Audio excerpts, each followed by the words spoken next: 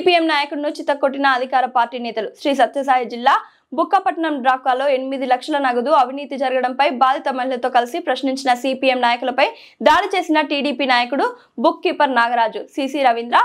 CPM నాయకుడు private parts పై TDP నేతలు దాడి.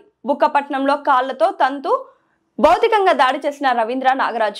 డ్వాక్రా సంఘానికి సంబంధించిన డబ్బులు స్వాహా ఘటనకు సంబంధించి అధికారుల తీరుపై నిరసన తెలియజేసేందుకు వెళ్లిన ప్రజా సంఘాల నాయకులపై భౌతిక దాడులకు పాల్పడిన సిసి రవీంద్ర, టీడీపీ నాయకుడు బుక్ కీపర్ నాగరాజ్ పై కఠిన చర్యలు తీసుకోవాలని సిపిఎం డిమాండ్.